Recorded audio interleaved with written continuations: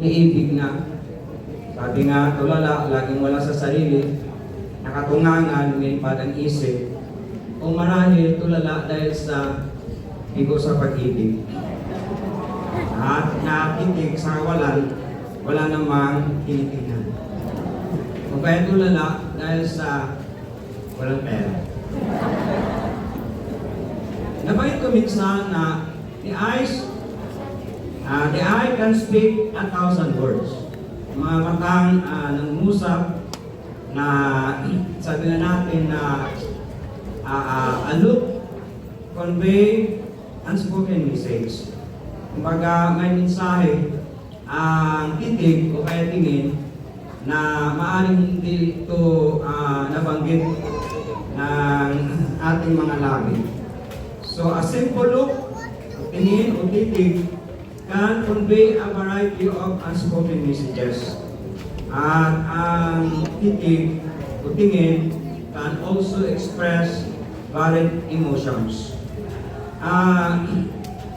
Sabi ko nga na minsan may nakatitig sa iyo, siguro nasuprahan lang sa kape. Diba? Nabanggit ko minsan na sabi nila ang kape raw ay pampupugi o kaya pampaputi. Parang hindi rin, pero at least nakapagkape ka. No, sabi nila na a long lingering gaze might indicate interest o admiration, attraction o kaya acceptance. Sabi nga nila na palagay ko may gusto yan sa'yo. Titig pa lang niya, alam ko.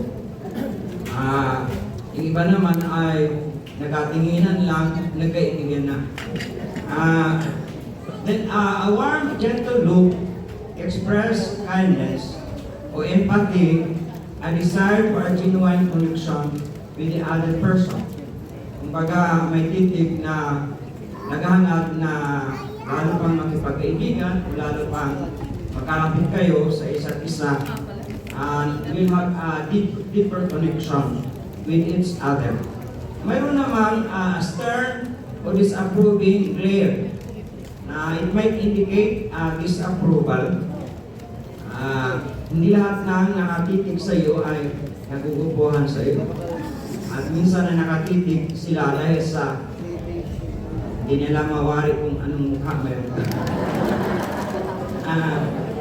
Na it might indicate disapproval, criticism, or even anger. Minsan na hindi lang titig, kundi talagang galit na at ikaw ay pinandilagan na ng kanyang mga mata. Then, a cold, distant look can convey a disinterest, rejection, or hostility. Na maaaring mayroong sama ng loob o kaya maaaring hindi niya nagustuhan ang kinikilos mo o yung mga nasabi. Then, a sad, sorrowful look. Mayroong nakatingin sa iyo na parang titig ng kalungkutan na it might express sadness or regret na titig lang. Ang minsan ito ay I'm sorry o ako ay nagkamali and I hope na you can find a place in your heart to forgive me. Maaari also convey sympathy. Ibig sabihin na alam ko ang malaking problema na iyong dinadala and I sympathize with your pain and of your loss. At maaari din yung titig na yon ay nangulugan na siya ay mayroong dinadalang malaking suliranin. He is overwhelmed by a need. Kaya yung tingin niya pa lang ay alam na na mangungutang siya. Kaya sabi natin na huwag mo akong titigan na para bang mangungutang ka. Noong unang panahon, ay sinabanggit ko rin minsan na ang mga magulang natin ay very effective in eye communication. Diba, isang titig lang, ibig sabihin ito pumasok sa loob. Isang titig lang, ibig sabihin ay huwag kang makisali sa usapan ng mga matatanda. Isang titig lang, ibig sabihin, ubusin mo ang pagkain mo, huwag mong iwanan na, huwag kang mag-iwan ng tira. Pero ngayon, mga anak natin ay nakatulagan ka na sa ating titig, tigma lang.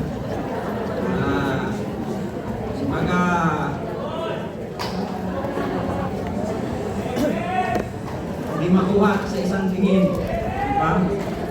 Kaya sabi nga natin na malalakas sa isang tingin. At minsan, o kadalasan, ang mga mag-asawa ay hindi na nag-uusap, nagtitigan lang, nagkakaintindihan na. Kung ano ang gusto, kaya siya ay galit, o kaya siya ay may tampo. Diba? Sa talatang ating binasa, mga kapatid, ay nasasabi na ang Panginoon Jesus ay dinala sa bahay ng high priest. Dinala sa bahay ng pinakapunong saserdote.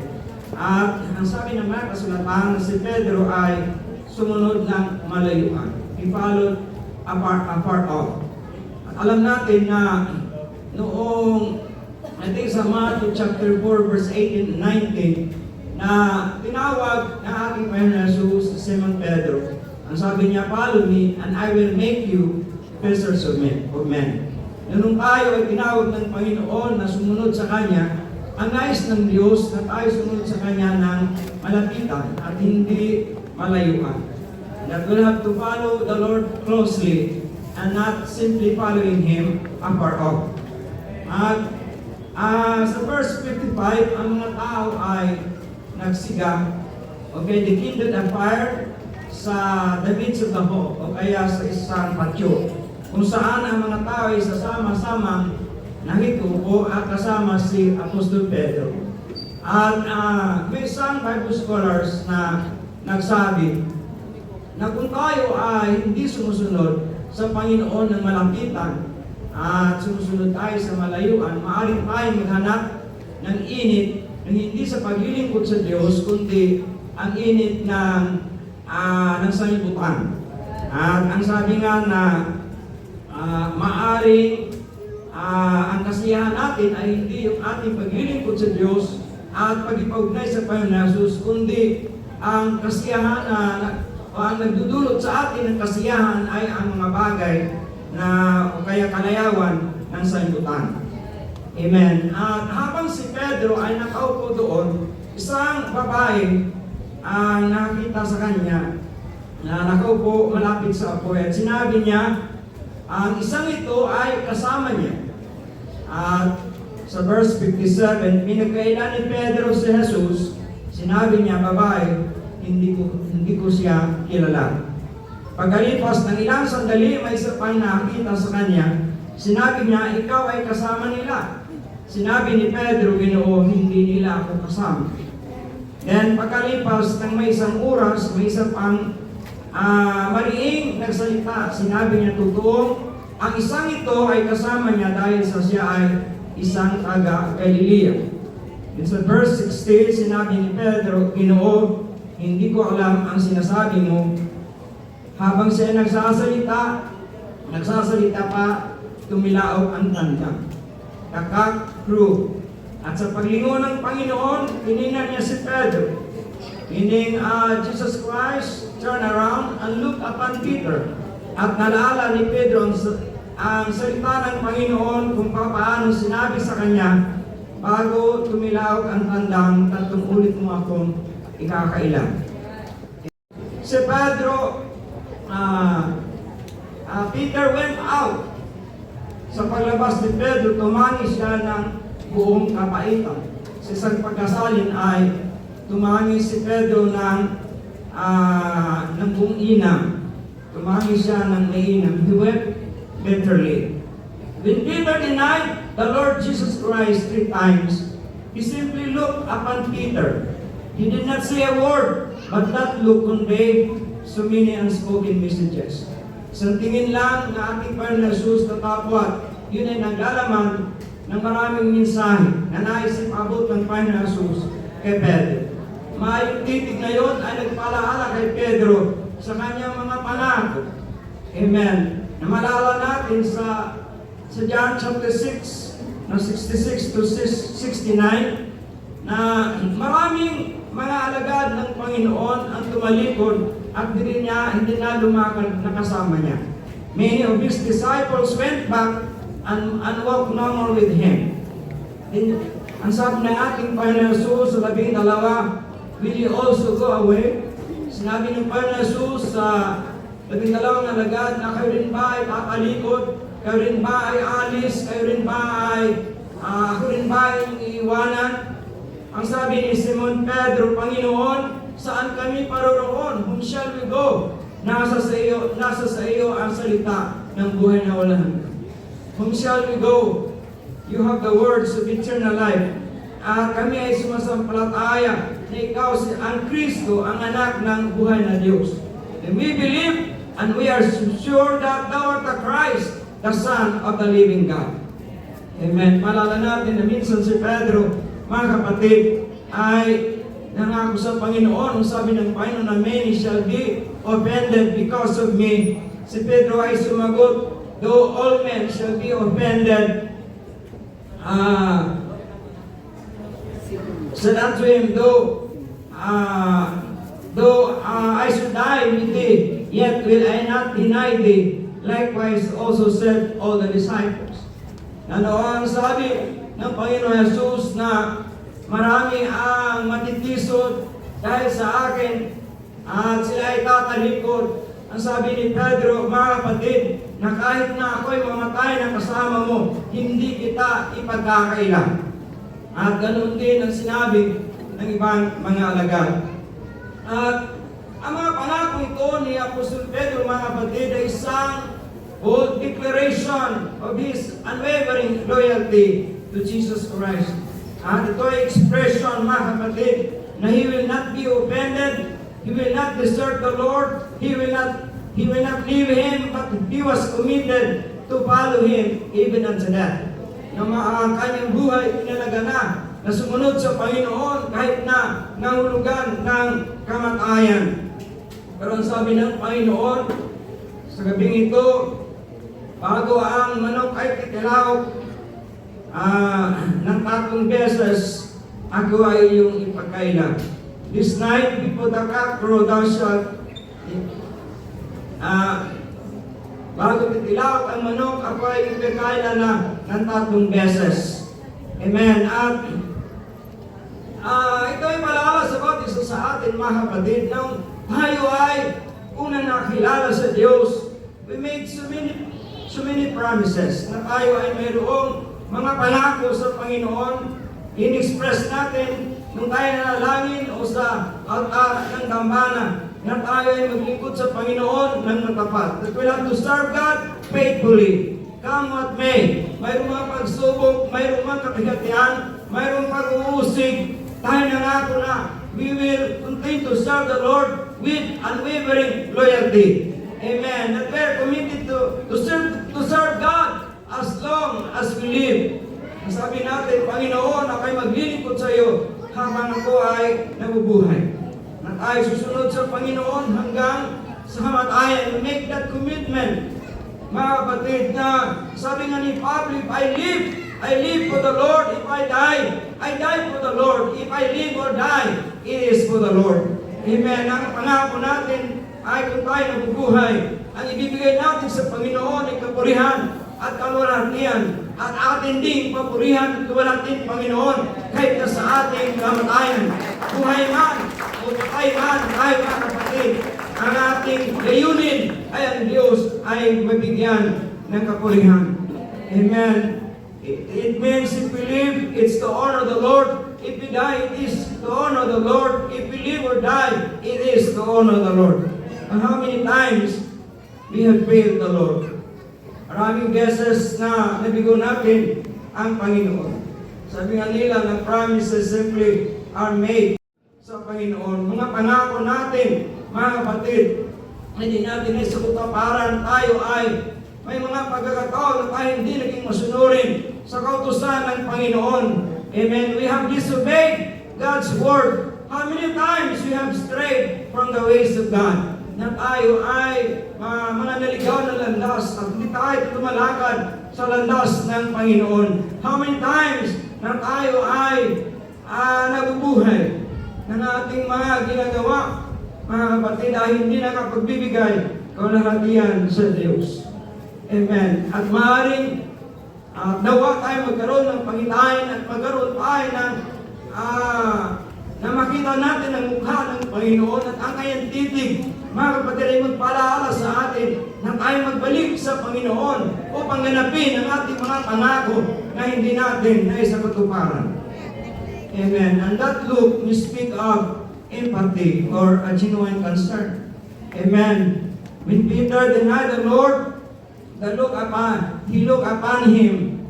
Ibig sabihin, naramdaman din ng Panginoon ang bigat o ang sakit ng mabigo, the pain of failure. Amen. But that look, mga kapatid, was a look of empathy. Ibig sabihin, I understand what you're going through. I feel your pain.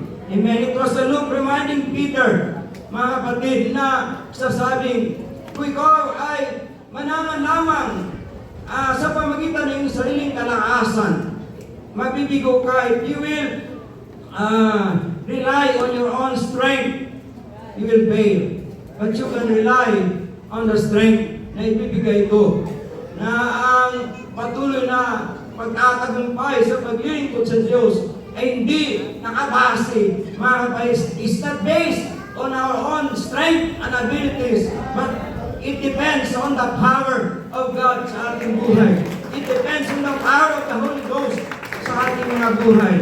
Ang sabi ng mga kasulatan, mapalad ang tao na sa Panginoon ay nagtitiwala, whose confidence is in Him. Praise God. Ang tagumpay natin sa ating spiritual na pagkipagbaga does not lie on the arms of flesh, but it is based, it lies on the everlasting, powerful arms of God. Amen. Ang sabi nga nila na sa isang church, ang dami na nating program, ang dami na nating ceremony, ang dami na nating mga activities. Pero ang kailangan natin unang higit sa lahat ay kapangyarihan ng banal na Espiritu na kikilos sa ating buhay. That there will be a conviction of the Spirit of God. The Word of God is being preached, mga kapatid. The power of the Holy Ghost ang kailangan natin na may mahayag sa ating kaligitnaan. Amen. At tayo maglilingkod sa Diyos, hindi sa ating sariling abilidad o kakayanan o ng ating sariling kaalaman, kundi sa pamagitan ng anointing ng banal na Espiritu sa ating buhay. And we thank God that God has given us the power. The Bible tells us that ye shall receive power after that the Holy Ghost is come upon you, and ye shall be witnesses unto me, both in Jerusalem and in Judea, even unto the uttermost part of the earth. Kailangan lamang natin ay maging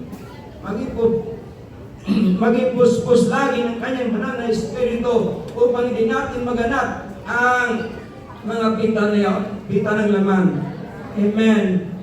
Sa pamagitan ng kapangyarihan ng banal na Espiritu, mga kapatid, mapagtagumpayan natin ang kita ng laman, kita ng silibutan, kayabangan ng buhay o ang diablo. Amen. Kahit na sa ministry natin, ang effectiveness natin o success does not lie on our talents, preaching skills, or leadership abilities, but on the anointing of the Holy Spirit. Amen. Praise God. Kaya nga, makita natin na nung ang Panginoon Jesus was arrested, dinala doon sa Pilate's hall. Sabi ng mga kasulatan na iniwan siya ng kanyang mga alagad. At si Pedro ang sumusunod sa kanya, pero sumusunod ng malayuan. Pero pagkatapos na sila nakatanggap ng banal na Espiritu doon sa araw ng Pentecostes, ay tiniharal nila na may katapangan ang salita ng Diyos. When they were brought before the council, and they were commanded na wag nilang ituro ang tungkol sa pangalan ng Panginoon Jesus. boldly say, mga kapatid na may katapangan, we would obey God rather than men. Masundin namin ang Diyos kaysa sa tao. Praise God. Hallelujah. Everybody say amen. Amen. Praise God. Kaling yung paglingon ng Panginoon Jesus, hilok apan Peter. Tiningnan si Pedro, mga kapatid, iyon ay titig-tingin ng pag-ibig, ng pagpapatawad, a look of love and forgiveness. Para bang sinasabi na, Peter, you have failed, you have denied me, not only one time, but 3 times.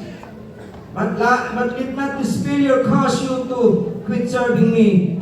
And let not this failure cause you to give up on following after me. Amen. Dahil sa ating paglilingkod sa Diyos, we may experience some setback. But let us make that setback a starting point for a great comeback. Amen. Hallelujah. Na tayo ay muling magbalik loob sa Panginoon. Maaring tayo minsan niya karanas ng kabiguan. Amen.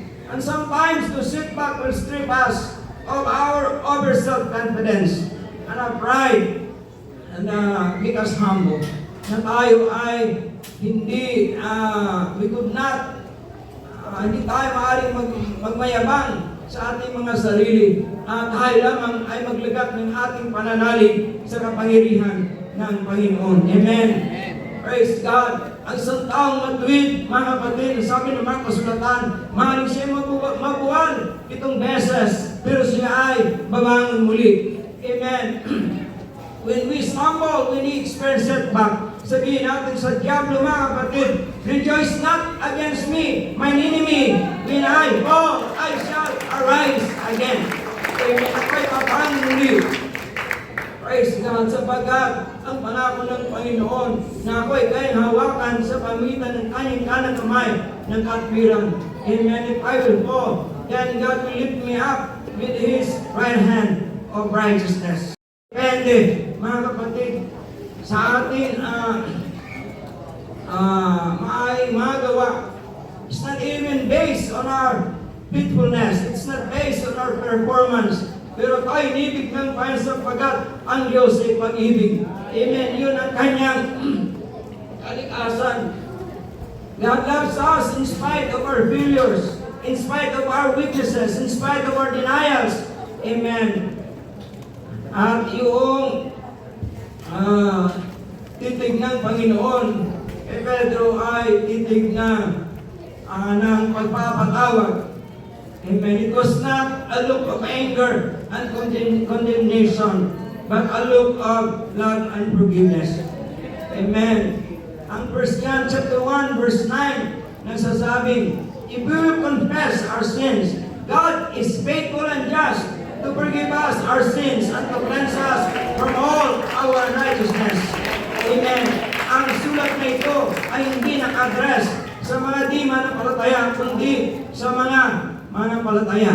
Na pag tayo nagsasabi, wala tayong kasalanan, tayo nagsisinungaling. Amen. Pero ang banal na dugo ng ating Panginoon Jesus, ang siya naghuhugas sa atin ng ating mga kasalanan. The blood of Christ cleanseth us away our sins. Amen. At kung tayo ay, kung sabihin natin sa Panginoon, sa pamitan ng ating mga labi, ang ating mga kasalanan, ang Diyos na ating pinaglingkuran ay matuwid at matapat na tayo patawarin sa ating mga kasalanan.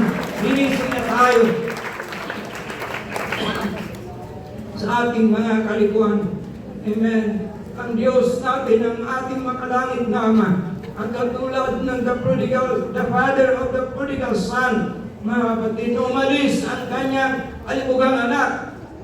Araw-araw siya nag-aantay ang kanyang muling pagbabalik. He was waiting his son who had gone astray to return. Amen. Minsan sa paglilingkod natin sa Panginoon, hindi tayo sumusunod ng malapitan. Amen. At tayo tumatalikod sa Panginoon, backsliding takes place. Ang sabi ng mga kasulatan na a backsliding heart will be filled with his own ways.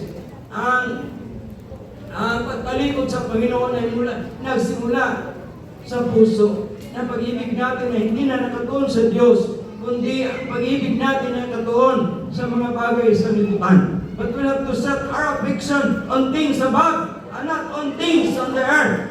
Amen. Ng mga hindi at hangarin sa ating buhay ay mga bagay nasa itaas at hindi mga bagay na ukol dito sa lupa.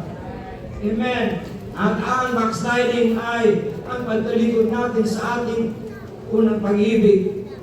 Living our first love. Pero ang sabi ng Panginoon sa pamitan ni Propetang Micah, return to me and I will return to you. Many times, ang maraming kasulatan nagsasabing, if you will return to me, I will forgive your sins. Because, ang sabi ng mga kasulatan, kung isanay ng isang taong di matuwid ang kanyang masamang lakad, ang isang taong liko ang kanyang masamang pag-iisip, at siya'y magbalik-loob sa Diyos, siya'y kahabagan ng Diyos na nagpapatawad ng may kasaganaan. Amen. Lagi na babanggit na I will forgive your sins, I will abundantly pardon. That speaks of God's merciful and loving nature. It speaks of God's forgiving nature. Na sa lahat ng maaaring lumayo sa Panginoon, magbalik loob sa Diyos with sincerity. Sincerely repent and turn from their wicked ways. Sabi ng Panginoon, sila aking patatawarin ng kailang pagsalangsang at ang kailang kasalanan ay di ko na alalahanin pang muli. Just one look ng ating Panginoon Jesus, isang tingin lang, mga kapatid, na tumago sa puso ni Pedro. It pierced Peter's heart, and it resulted to intense sorrow that he failed God, and he had not carried out his promises. Then he went out and wept bitterly. Siya ay lumabas at umiyak ng mainam. Siya ay umiyak ng buong kapaitan. Amen. If there's God's desire sa kanyang mga anak na tumatalikod sa Kanya, it is our restoration. Na tayo magbalik loob sa Panginoon. Amen. Minsan tinatanong natin ating mga sarili, paano natin pinagkaila ang ating Panginoon? Sinasabi natin sa Panginoon, Panginoon, iniibig kita, pero hindi natin tinutupad ang kanyang mga kautusan. The Bible tells us, if you love me, keep my commandments. Amen. Praise God. At kung sinasabi natin, iniibig natin ang Panginoon, iniibig din natin ang katwiran, kinapuputan natin ang masama. Amen. Sinasabi natin, iniibig ang Diyos, pero nag-i-enjoy tayo sa mga bagay, sa masamang gawa. Pinagkakailan natin na ang Panginoon, ang siya nating Panginoon at Hari na pinaglilingkuran. We may deny the Lord by living a life of compromise. Amen. We may deny the Lord by living a life of disobedience. Amen. And that we do things that are not in the will of God. Nawa, sa ating mga panalangin, sa banal na presensya ng Panginoon, sa ating pag-ipaugnay sa Diyos, that we can have a vision of the Lord Jesus Christ, and that we can see the look o yung titig at tingin ng ating Panginoon. Amen. Na magbigay sa atin ng conviction sa ating mga puso in some areas, sa ating puso na we need a denial of Him. Now, our hearts and areas of our lives which we deny or compromise our faith. Amen. And that look will be a challenge to examine ourselves even in our hearts if there are things na may mga bagay na hindi nakapagbibigay kaluguran sa kanyang paningin. But that look is also a look of love and forgiveness. Amen. At ang sabi ng mga kasulatan sa Luke chapter 15, I think verse 10, na sabihin ko sa inyo na mayroong kagalakan sa presensya ng mga anghel ng Panginoon over one sinner that repented. Na may kagalakan ang anghel ng Panginoon sa isang kaluluwang nagsisisi. And if we will have a face-to-face encounter with God, and we can have that Luke, mga kapatid, nawa ang titig ng Panginoon ang maghatid sa atin tungo sa dambana ng pagbaliklod sa Panginoon. Paghiling ng kapatawaran sa ating mga kasalanan. Because our desire is to follow the Lord closely. Amen. Praise God.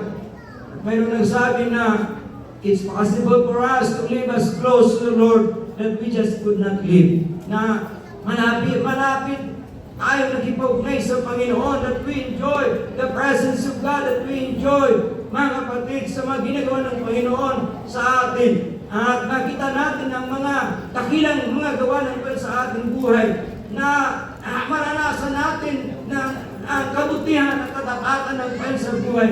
Na masabi natin sa ating mga sarili, how can I turn my back on God? How can I turn my back on Him? Amen. That it's possible that we can live to a place so close to the Lord that we just could not live.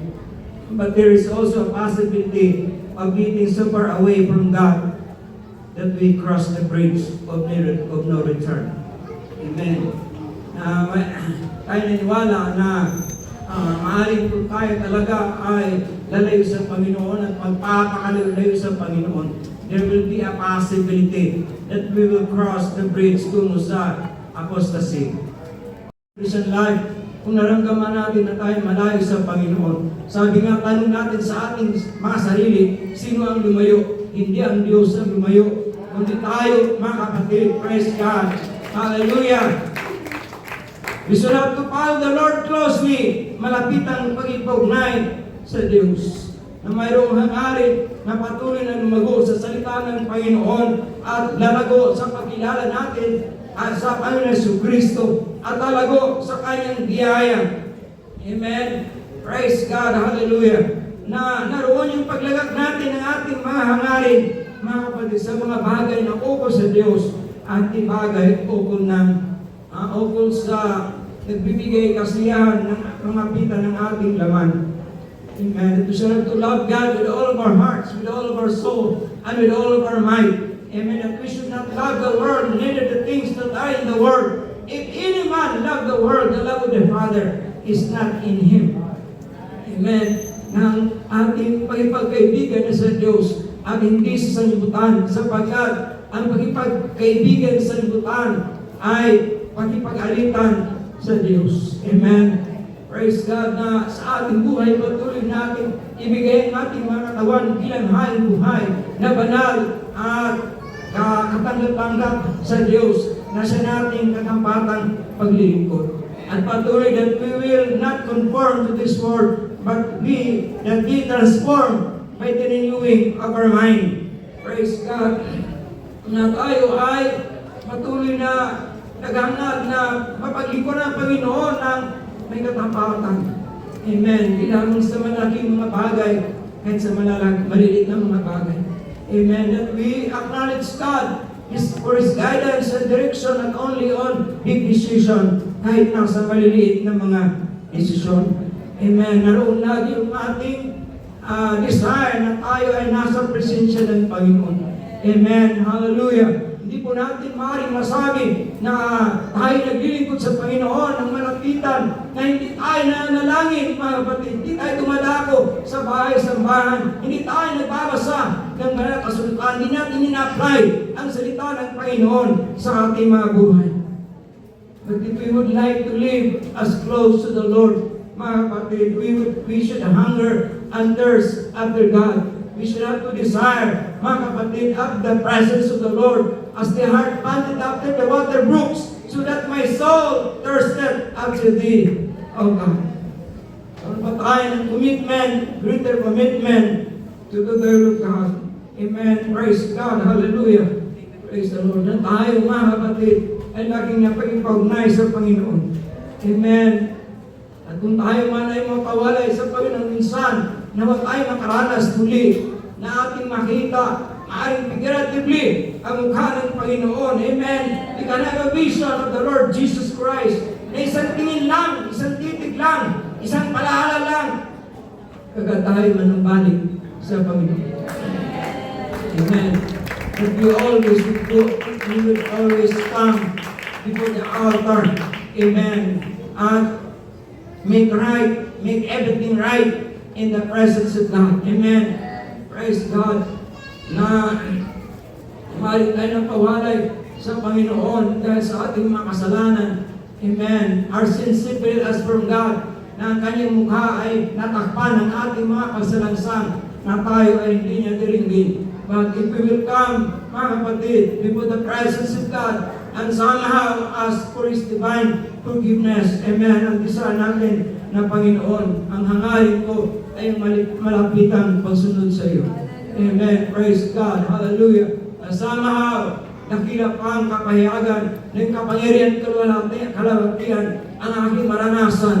Amen. Praise God. Hallelujah. May mga tao na believe na as close. Sabi nila na ano kaya ang pinaka malapit sa sanlibutan na paipognay sa libutan na pwede pa akong maligtas. Amen. That they will live as close to the world at maghangad pa sila ng gayang kaligtasan. Amen. Ang hangarin dapat natin is ano ang gawin ko to live as close to the Lord as possible. Amen. Praise God. Hallelujah. Na somehow, mga kapatid, ay maramdaman natin ang Diyos ay buhay sa ating mga sarili. Amen. Sa ating puso, sa ating mga karanasan.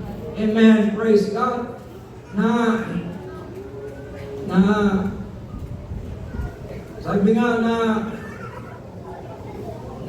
the more we live for God, God is sweeter now than He has been before.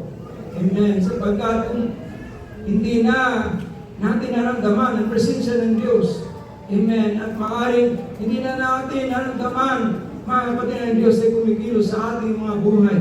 Amen. Maaaring tayo ay sumusunod sa Panginoon ng malayuan.